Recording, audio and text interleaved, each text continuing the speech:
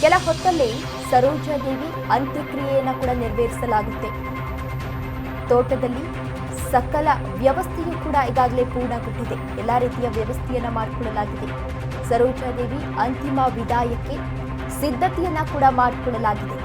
ಅಂತಿಮ ಸಂಸ್ಕಾರಕ್ಕೂ ಮುನ್ನ ಅಂತಿಮ ಕಾರ್ಯವನ್ನ ಎಸಗಲಾಗ್ತಾಗಿದೆ. ಕುಟುಂಬದ ಸದಸ್ಯರಿಂದ ಅಂತಿಮ ಕಾರ್ಯವನ್ನ ನಡೆಸಲಾಗ್ತಾ ಇದೆ.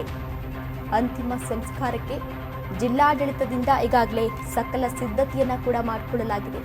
3 ಬಾರಿ ಕುಶಲ ತೋಪು ಸಿಡಿಸಿ ಗೌರವ ವಂದನೆಯನ್ನ ಕೂಡ ಇವತ್ತು ಸಲ್ಲಿಸಲಾಗುತ್ತೆ.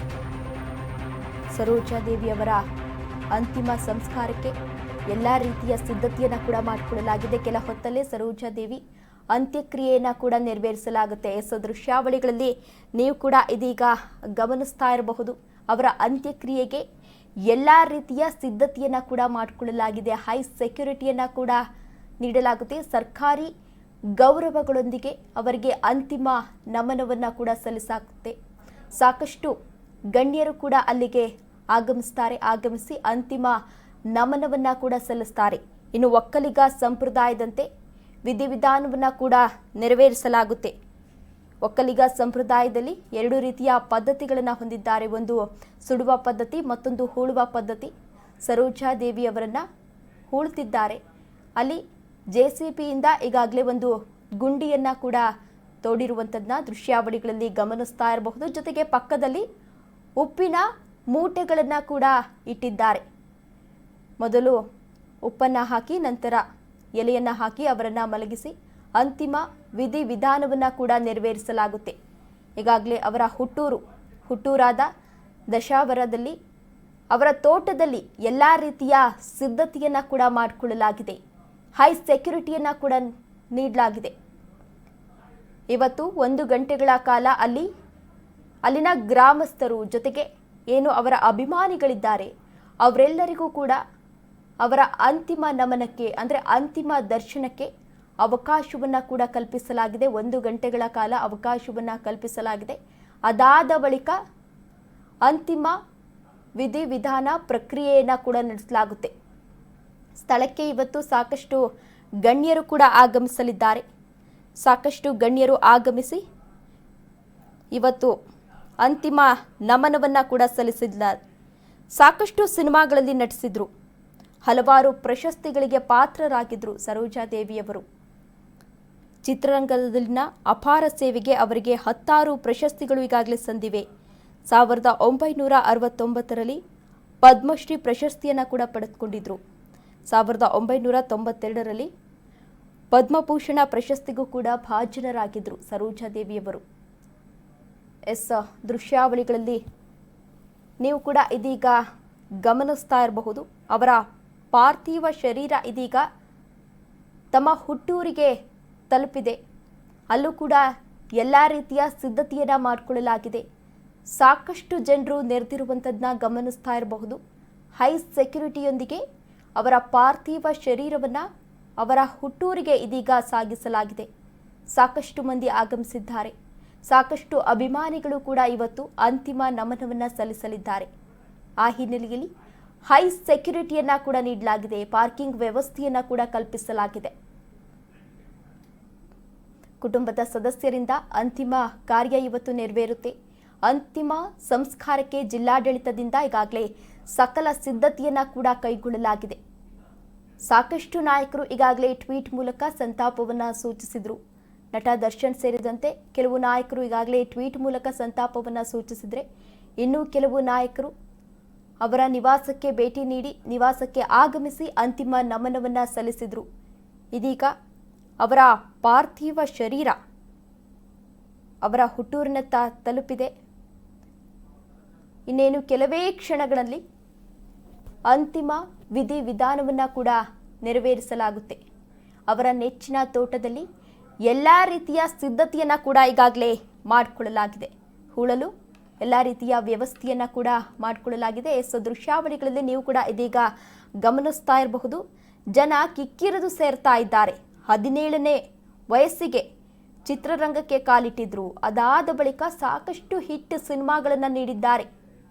ಬಬ್ರುವಾಹನ, ಮಲ್ಲಮ್ಮನ ಪವಾಡ, ಕಿತ್ತೂರು ಚೆನ್ನಮ್ಮ ಹೀಗೆ ಸಾಕಷ್ಟು ಸಿನಿಮಾಗಳಲ್ಲಿ ನಟಿಸಿದ್ದಾರೆ. ಸಾಕಷ್ಟು ಸಿನಿಮಾಗಳಲ್ಲಿ ನಟಿಸಿ ಈಗಲೂ ಕೂಡ ಅಭಿಮಾನಿಗಳ ಮನದಲ್ಲಿ ಶಾಶ್ವತವಾಗಿದ್ದಾರೆ.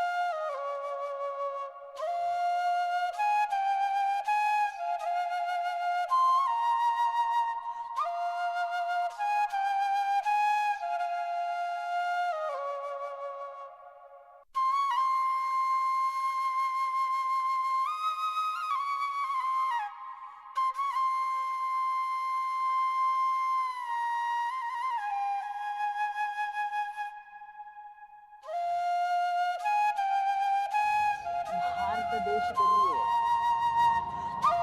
ಅತ್ಯಂತ ಪ್ರಬುದ್ಧವಾದಂತಹ ಹಾಗೂ ದಕ್ಷಿಣದ ಧ್ರುವತಾರೆ ಅಂತಲೇ ಅನ್ನಿಸ್ಕೊಂಡಿದ್ದಂತಹ ಮೇರು ನಟಿ ಇವತ್ತು ನಮ್ಮ ಜೊತೆಯಲ್ಲಿ ಇಲ್ಲ ಅಂತ ಅನ್ನೋದು ಬಹಳ ದುಃಖದ ಸಂಗತಿ. ಅವರ ಒಂದು ವೃತ್ತಿ ಜೀವನದ ನಡೆದು ಬಂದಿರತಕ್ಕಂಥ ದಾರಿ ಮುಂದಿನ ಎಷ್ಟೇ ಪೀಳಿಗೆಗಳಿಗಾದರೂ ಕೂಡ ಒಂದು ಆದರ್ಶ ಮತ್ತು ಮಾದರಿಯಾಗಿರ್ತಕ್ಕಂಥದ್ದು. ಕಲಾವಿದರು ಅಂತ ಹೇಳಿದರೆ ಒಂದು ವೈಯಕ್ತಿಕ ಜೀವನ ಆಗಲಿ ಅಥವಾ ವೃತ್ತಿ ಜೀವನ ಆಗಲಿ ತನ್ನದೇ ಆದಂತಹ ರೀತಿ ನೀತಿ ಶಿಸ್ತನ್ನು ಬಯಸುತ್ತೆ. ಅದು ಹೇಗಿರಬೇಕು ಅನ್ನೋದನ್ನೆಲ್ಲ ಸರೋಜಾದೇವಿ ಅಮ್ಮ ಅವ್ರನ್ನ ನೋಡಿ ಕಲಿಯುವಂಥದ್ದು ಬಹಳಷ್ಟು ಇದೆ. ಅವರ ಜೀವನ ಪ್ರೀತಿ, ವೃತ್ತಿ ಪ್ರೀತಿ ಇವೆಲ್ಲವೂ ಕೂಡ ಆಲ್ಮೋಸ್ಟ್ 70 ವರ್ಷಗಳಾಗಿದೆ ಅವರು ಈ ಬಣ್ಣದ ಜೀವನಕ್ಕೆ ಬಂದು 2019ವರೆಗೂ ಬಹುಶಃ ಸಾರ್ವಭೌಮವರೆಗೂ ಕೂಡ ಅವರು ಆಕ್ಟ್ ಮಾಡಿಕೊಂಡೇ ಬಂದಿದ್ದಾರೆ. ಹಿರಿಯ ಜೀವ ನಮ್ಮ ಜೊತೆ ಇರಬೇಕಾಗಿತ್ತು, ನಾವು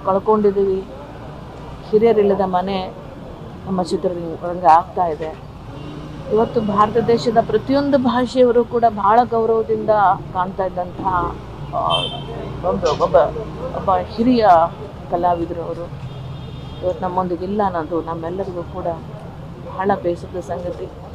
ಇವರಷ್ಟು ದೊಡ್ಡ ಸಾಧನೆಯನ್ನು ನಮ್ಮ ಕನ್ನಡದಲ್ಲಿ ಬಹುಶಃ ಪದ್ಮಭೂಷಣ, ಪದ್ಮಶ್ರೀ, ಅನೇಕ ಡಾಕ್ಟರೇಟು, ಅನೇಕ ರಾಜ್ಯಗಳ ಪ್ರಶಸ್ತಿಗಳು ಹೀಗೆ ಪಡ್ಕೊಂಡವರಲ್ಲಿ ಬಹುಶಃ ನನಗೆ ಗೊತ್ತಿರೋ ಹಾಗೆ ಇವರೇ ಮೊದಲಿಗರು ಅಂತ ಅನಿಸುತ್ತೆ.